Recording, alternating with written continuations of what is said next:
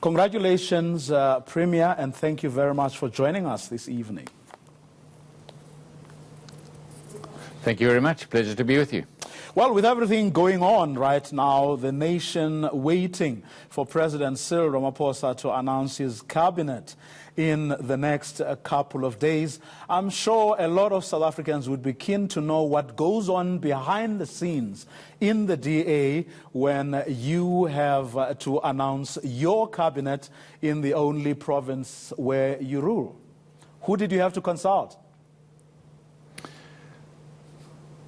Well, first of all, you have to apply your mind. That's one of the jobs of a premier. You put your hand up, and then you've got your list of colleagues in Parliament that get elected.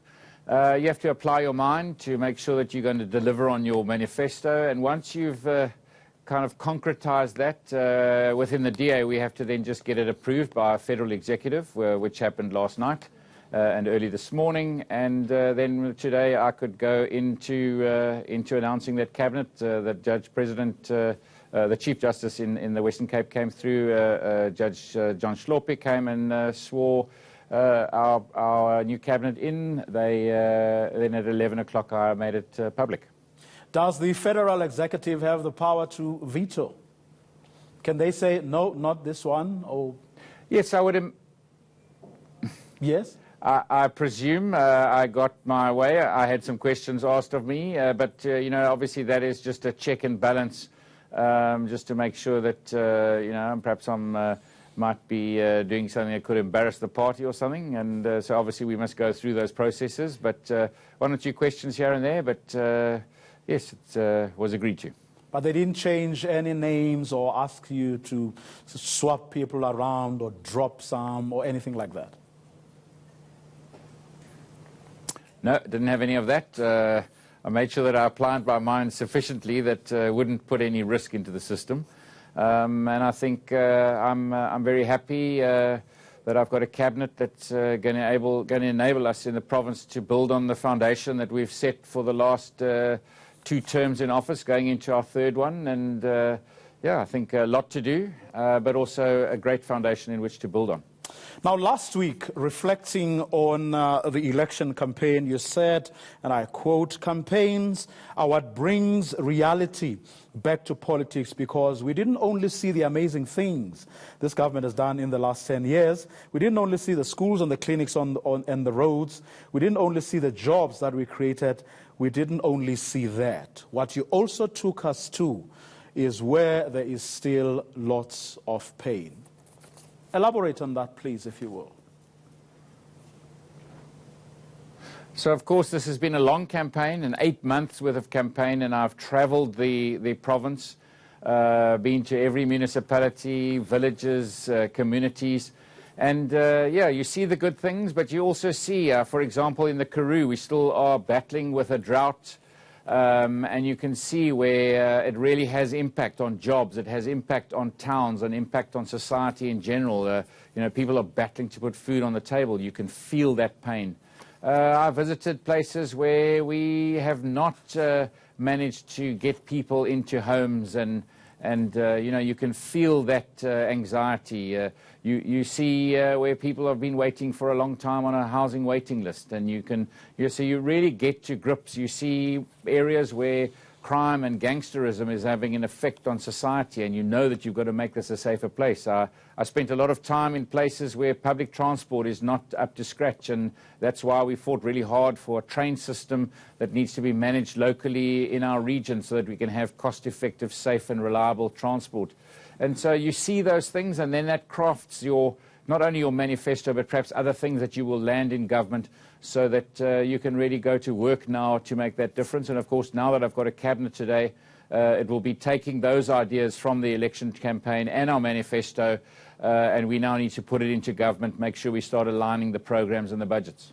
When you look at those situations where you couldn't put people into homes, where there was still crime, gangsterism, and there were problems with public transport, how much responsibility are you prepared to take as a leader of this government?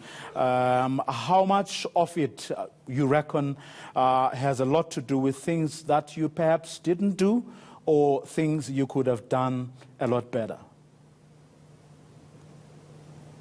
Well, of course, when you put your hand up and you take this post, you get sworn in. You first get elected in the legislature, then you get sworn in.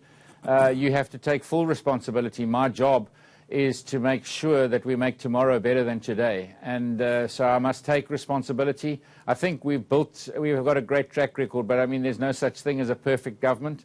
We're not 100% clean audits. We've still got to get there. We're not at 100% unemployment. We've really got to get. We might have a lower unemployment rate than many other places, but there's still 20%, and that's the number of people that are still looking for jobs. And we've got to get that economy growing faster. We've got to make sure that the education system is delivering better outcomes. We've improved it quite a lot over the last 10 years. The dropout rate we've really narrowed down a lot more, but it also shows you that there's a lot of work to do.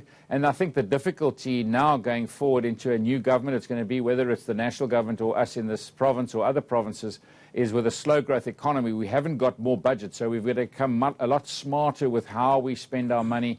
We've got to look at innovation. And so those are the kind of things we've got to take forward, because we've seen what is out there, and we know that we've got to make these differences. We have to take that responsibility. We have to align our programs and plans, and then start to manage them and measure them so that we do make it better. But you will also need to cultivate good and strong relations with your national government ministries and departments. Perhaps not so much because your opponents often accuse that province of behaving like a secessionist republic, but more because you recognize the reality, which is that South Africa is not a federal state. Well, I'm a proud South African, and I think I also pride myself on, in the past 10 years in government, of really trying to build those relationships. It doesn't always work. I think in safety and security, I think the Minister of Police and I have been having a bit of a battle over the last couple of months. We've drawn some lines in the sand. But I really will try wherever possible, and I mean, I've made that statement today, that we need to have a look at how we definitely align national government, provincial government and local government. I think I've proven that I really am a willing partner when we look at the IDZs and the special economic zones. If we look at the airlift programs, where we're getting more direct flights into the region, we're sharing that learning with other airports in South Africa. We really do want to make sure that South Africa is a better place, and that's how democracy works. And I think if we can show an opposition party running a different province, that's how we create that competitive space. And I think that's the way that I'm going into this new sixth term of our new democracy, this new sixth government. How do I work closely with the national government? How do we make sure that we work and enable our local governments and work together in making sure it does get better? Lifestyle audits, something you promised that you and your cabinet will undergo. But of course, as we all know, the best thieves in the world hide their loot, and they don't engage in such stupid things as conspicuous consumption for all to see. Well, I think, we've got to do what's necessary. I remember when I first came into government, when we took over in this government 10 years ago, we put legislation in place that says government employees can't do business with government. You've got to make a choice. And I think this is just taking that to the next level, making sure that we will interrogate. We're setting a really tough stance to say that we will make sure there's an investigation into your lifestyle, having a look at your values, set the benchmark. And once you leave office or the end of the term, we will do it a second time and make sure that you haven't gained wealth that wasn't via your salary package. Premier, congratulations once again, and best of luck to you.